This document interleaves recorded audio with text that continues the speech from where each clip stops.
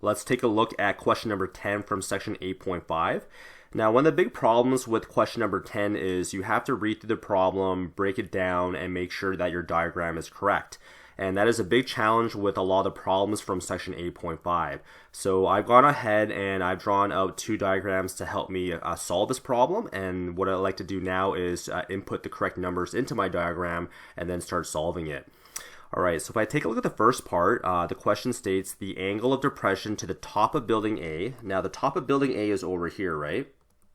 This is the top of building A. However, if you read the question correctly, it states from the top of building B is 34 degrees. So this angle of depression that the angle of depression that starts off this problem is coming from the top of building B and then extends to the top of building A.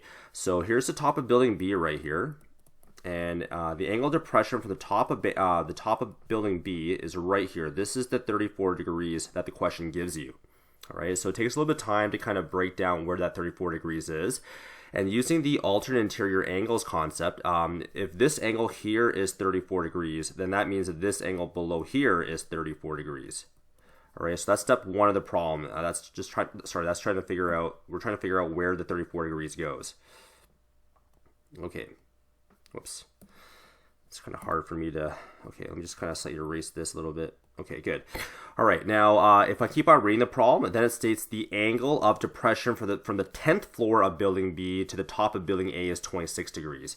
Okay, so what I've done now is I have my second diagram here, and let's just say this is the 10th floor of building B, and from the 10th floor, so this blue line represents the 10th floor, it states that the angle of depression from the 10th floor of building B to the top of building A is 26 degrees. So this right here is 26 degrees, and if that's 26 degrees, then this smaller angle here has to be 26 degrees. And our goal is I need to find the distance between the two buildings A and B, which is highlighted in brown there.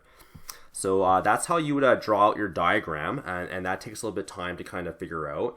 And you'll notice that if I look at these two angles correctly here, the 26 and the 34, they kind of like, if you drew the diagrams on top of each other, they kind of like overlap, right? So what I will do next is I have two smaller diagrams over here that I'll use to solve the problem here. And before I do that, the last piece of information that's given to us is that this part right here in green, the distance between the top of building B to the 10th floor of building B is 120 feet. Okay, so what that means is if this right here, this red line right here is the 10th floor, then this distance right here is 120 feet. All right, so that's the last piece of information that's given to us in the problem here, okay? Okay, now let's go over to my side diagrams here, and okay, so let me just kind of highlight this. This green part right here, that's 120 feet, and this yellow part here, we don't know what that yellow distance is right there, right? So now let's go over to my side diagrams here, and I have it kind of labeled over here where this yellow distance right here will be a value that I don't know, and this blue distance right here, or this orange distance here, that's going to be 120. Okay, so hopefully now let's go over to my diagram over here now, and hopefully that kind of makes a little bit more sense now. Here is my 120 feet, and here's my missing y here, and then this right here is also my missing y as well. Alright, so what I've done is I've drawn two separate triangles to kind of get away from building A and building B and break it down to a problem where I can apply my trig ratios here. So do take a minute or two to figure out what the diagrams look like, and then you're solving for these two individual triangles. Let's go ahead and solve for this one first. This purple triangle here. If I'm given the 26 degrees, if I look at this y here, that is my opposite, right? And this x is my adjacent, so I need tan of the angle. So tan of 26 degrees is my opposite, which is y, divided by my adjacent, which is x. Okay, and we're going to do the same setup on this first diagram here. So we'll do this diagram second now. So on this bigger triangle here, I'm given this 34 degrees, and if I go directly across, that blue length is my opposite, and this x is my adjacent, so I need tan of the angle, so I need tan of 34 degrees. And my opposite is this whole blue length, right? This entire blue length is my opposite, and that length is really 120 plus y, and my adjacent is just x. All right, so one of the reasons why this problem is a little bit challenging is because you're given a system of equations here with trig functions. And I recommend that you go ahead and isolate for x for both cases here because x is kind of a variable that's by itself. And what you do to solve for x for both cases is you just interchange the x with the trig ratio here, or sorry, the angle here, tan 26 or tan 34. So we'll just interchange those two pieces. So if I do that, I get x equals to y over tan 26. And then over here, if I switch those two pieces, I get x equals to 120 plus y divided by tan 34. Okay, all right, so now that you have the system equation set up, you'll notice that x is now being isolated. So since these two x's are equal to each other, you can make these two yellow expressions equal to each other. So I have 120 plus y over tan 34 equals to y over tan 26. All right, now this is where the bulk of the algebra applies for this particular problem, and now you need to solve this particular problem and solve for y here. To do that, I can just interchange, I can do a crisscross right here, so I can multiply those two pieces. So I have 120 plus y times tan 26, and that equals to y times bracket tan 34. After that, you want to distribute the tan 26 onto these two pieces. So you get 120 tan 26 plus y times tan 26. And that equals to y times tan 34. Okay. After that, I would get the y variables on one side. So that y times tan 26, I would move that to the right-hand side. And if you do that, you get y times tan 34. Minus y times tan 26, and on the left hand side you get 120 times tan 26.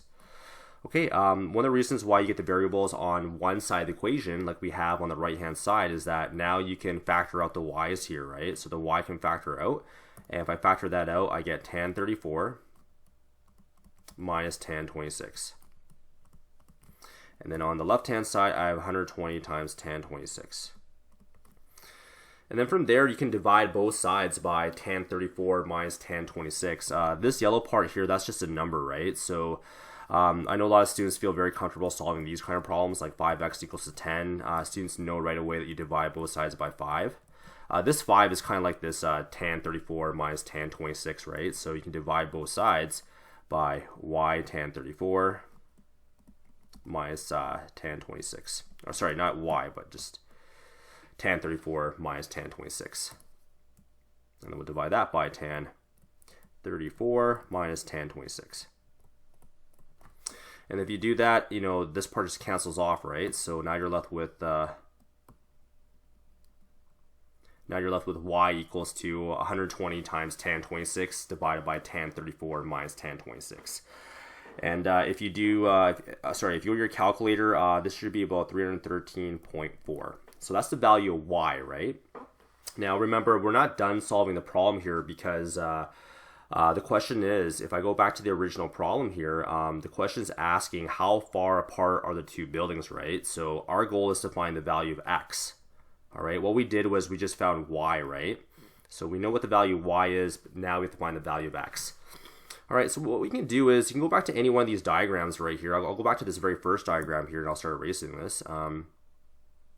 So you might remember this diagram right from the get-go here.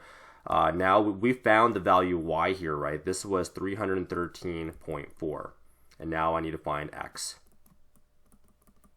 So I can use tan at the angle again. So tan 26 equals to the opposite, which is 313.4 divided by the adjacent, which is x.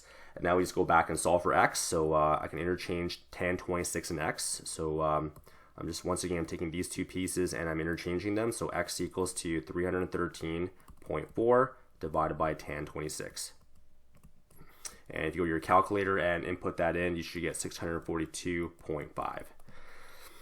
All right, so the algebra is a bit challenging for sure. I think setting up the diagram is even harder. So I would say it does take a few minutes to read the problem correctly and set up the right diagram. So definitely use my little diagram at the beginning to get started, and then you'll notice that you're really solving two separate triangles for this particular problem.